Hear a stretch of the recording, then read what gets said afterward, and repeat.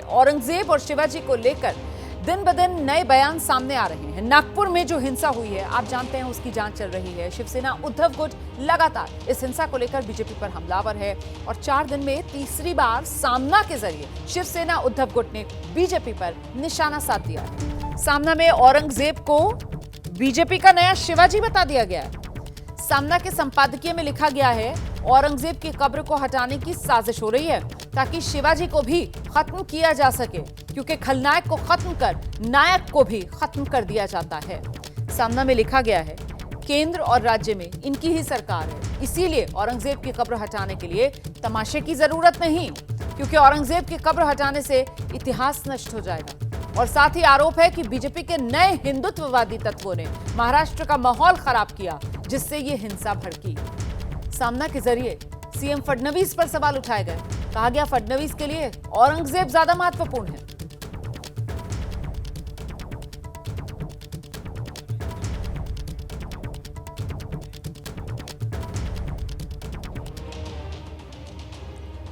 तो देखिए, ये पहली बार नहीं है जब सामना के जरिए बीजेपी पर निशाना साधा गया। बीते 4 दिन में औरंगजेब का ही मुद्दा है और तीसरी बार शिवसेना उद्धव गुट के निशाने पर बीजेपी है। अपने मुखपत्र सामना के जरिए शिवसेना ने फिर से बीजेपी पर हमला बोला है। औरंगजेब विवाद के बीच 16 मार्च को बीजेपी पर निशाना साधा गया। लेख में लिखा गया, बीते 10 साल में हिंदू और मुसलमान 2 अलग अलग राष्ट्र बन गए। लिखा गया, भारत में फिलहाल बंटवारे जैसा माहौल है, एक दिन ये सरकार चली जाएगी और देश 2 टुकड़ों में बंट जाएगा। दूसरा लेख 17 मार्च को, जब तमाम हिंदू संगठनों की तरफ से औरंगजेब की कब्र तोड़ने की मांग की गई। सामना में इन हिंदू संगठनों को हिंदू तालिबान लिख दिया गया। सामना में लिखा गया, ऐसी मांग करने वाले लोग इतिहास और महाराष्ट्र के शौर्य परंपरा के दुश्मन हैं। इतना ही नहीं, इसे महाराष्ट्र में नफरत फैलाने की कोशिश बताया गया और सीएम देवेंद्र फडणवीस से मांग की गई कि महाराष्ट्र में चल रहे इस धंधे पर रोक लगाई जाए। और फिर उसी दिन शाम को, आप जानते हैं, नागपुर में हिंसा भड़क गई। अब आज तारीख 19 मार्च है। एक बार फिर सामना के जरिए बीजेपी शिवसेना उद्धव गुट के निशाने पर।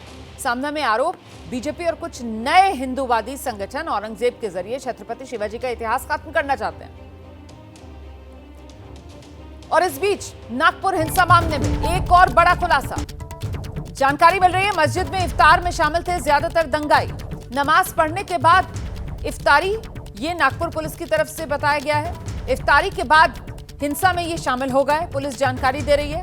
भड़काने वाली साजिश की जांच की जा रही है, ये भी पुलिस की तरफ से बताया गया है। पुलिस को मस्जिद में लोगों को उकसाने का शक है कि मस्जिद में यहां नमाज और इफ्तारी के बाद ही लोगों को उकसाया गया, लोगों को भड़काया गया। इसी को लेकर जांच अब पुलिस की तरफ से की जा रही है। सीधे आपको लेकर चलेंगे, हमारे साथ हमारे सहयोगी सूरज ओझा इस वक्त मौजूद है। जरा जानते हैं सूरज से। सूरज, ये लोगों को उकसाने वाली जो नई थियरी पुलिस की तरफ से सामने रखी जा रही है कि मस्जिद और नमाज और इफ्तार के बाद वहां पर लोगों को उकसाने का काम किया गया, बताइए जरा इसके बारे में विस्तार से। देखिए, इसमें एक साफ तौर पर एक बात है जो जांच में सामने आई है कि कई दंगाई, मतलब हर किसी पर पुलिस उंगली नहीं उठा रही है। कई ऐसे दंगाई हैं जो उस वक्त मस्जिद गए थे, इफ्तारी के लिए गए थे, नमाज पढ़ी और उसमें से फिर वो हिंसा करने के लिए वहाँ स्पॉट पर पहुँचे थे। तो वो जो लोग थे, वो क्या उन्हें वहाँ पर किसी ने उकसाया था?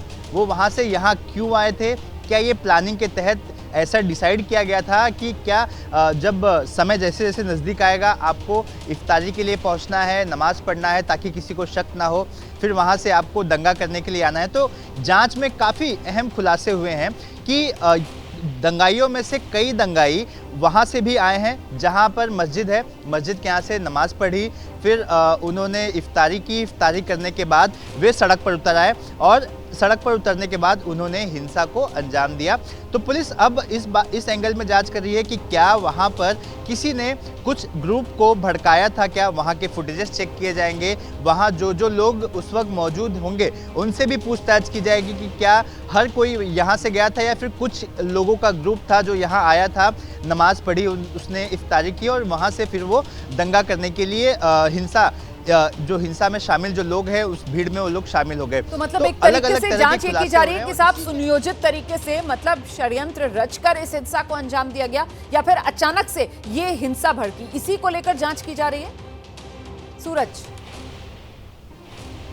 जी बिल्कुल, यही नागपुर पुलिस का मेन मोटिव है कि ये पता लगाया जा सके कि ये कॉन्स्पिरेसी थी और कैसे इसे अंजाम दिया गया। देखिए, जिस तरह से एक के बाद एक नई चीज़ें सामने आ रही, इससे तो समझ में आ रहा है कि ये प्लानिंग की गई। अच्छा, ये प्लानिंग भी बहुत पहले नहीं की गई थी, ये भी सूत्र बता रहे हैं। सूत्रों का कहना है कि कुछ घंटे पहले से ही ये प्लानिंग की गई ताकि किसी को कानो कान खबर ना हो, और इसी वजह से पत्थर से लेकर हर चीज़ इकट्ठा की गई, अलग अलग जगह पर ड्रॉप किए गए। उसके बाद कुछ लोग उस मस्जिद के भीड़ का हिस्सा बन गए। हिस्सा बनने के बाद आप और नमाज जानकारियां पढ़ी। जुटाइए, मैं आगे आपके पास फिर आऊंगी। फिलहाल शुक्रिया आपका सूरज ओझा इस तमाम जानकारी के लिए। और इस बीच हमारे साथ हमारे सहयोगी मृत्युंजय सिंह नागपुर से जुड़ रहे हैं। वैभव परब मुंबई से इस वक्त हमारे साथ मौजूद हैं, और साथ ही दो खास मेहमान, समीर बाकरे प्रवक्ता हैं बीजेपी के, वो हमारे साथ मौजूद हैं। किशोर तिवारी नेता हैं शिवसेना उद्धव गुट के, वो हमारे साथ मौजूद हैं। बहुत स्वागत दोनों मेहमानों का। मैं जरा पहले ग्राउंड पर लेकर चलूंगी अपने सहयोगियों के पास, दर्शकों को। वैभव का रुख कर लेते हैं और जानते हैं वैभव से किस तरीके से ये जो नागपुर में हिंसा हुई है और जो ओवरऑल महाराष्ट्र में स्थिति बनी हुई है, उसको लेकर सियासी आर पार छिड़ा हुआ है यहाँ पर। वैभव,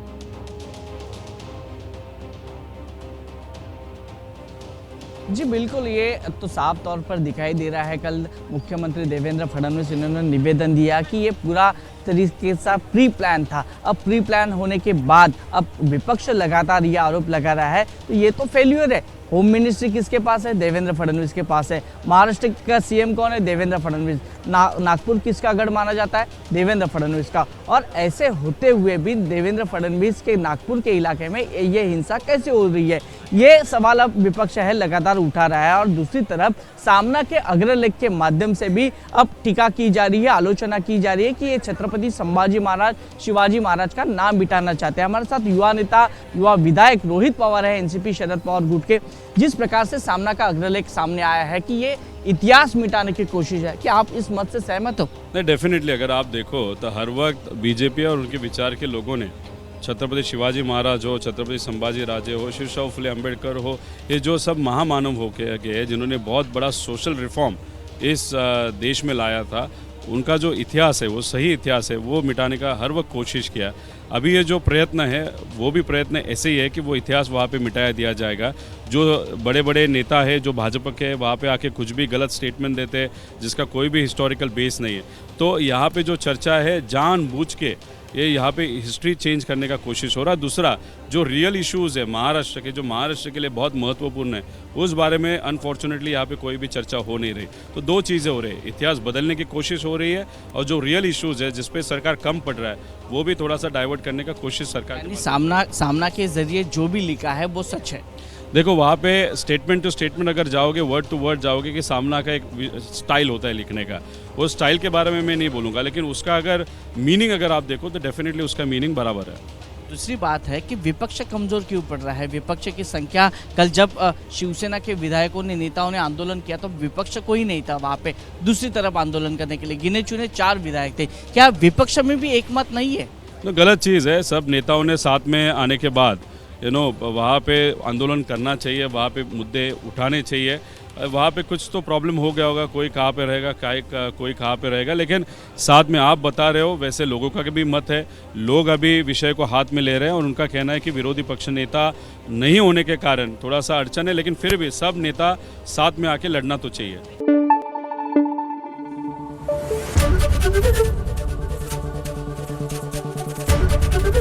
एबीपी न्यूज आपको रखे आगे।